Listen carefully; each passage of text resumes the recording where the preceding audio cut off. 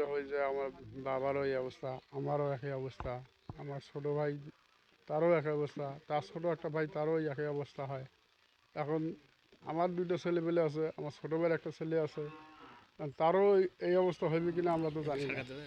12-14 বছর যখন বয়স হয় তখন মনে করেন আমাদের হাত পা চেতনা কম শুরু হয়, বসলে উঠতে পারি না, বা উঠলে বসতে পারি না, চেয়ারে বসতে পারি না।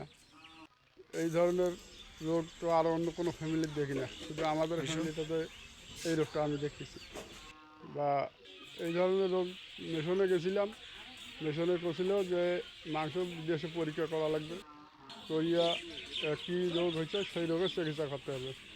বিদেশে যাওয়ার মতো তো টাকা পয়সা আমাদের কাছে নেই, বা যেভাবে আমরা চলাফেরা করি এইভাবে টাকা পয়সা যাওয়ার করা সম্ভবও না বিদেশে যাওয়া। এখন বাংলাদেশ সরকারের কাছে আবেদন, যদি আমাদেরকে একটু সহযোগিতা করে, বা তোমার বিদেশে যাওয়ার মতো চিকিৎসা করার মতো যদি সহযোগিতা করে, বাচ্চা কাচ্চাগুলো যদি একটু সুস্থ বা সবল হইতো। আমরা আমাদের এখন বয়স হয়ে গেছে, আমরা তো এখন বেরবারও পাই না। এখন বারবার না পাওয়াতে মনে করো যে এখন চলাফেরা খুবই সমস্যা হয়ে গেছে, যার ফলে এখন বাড়িতে বসে বসে আছি, কোনো রকম জীবন বাঁচবার লাগছি।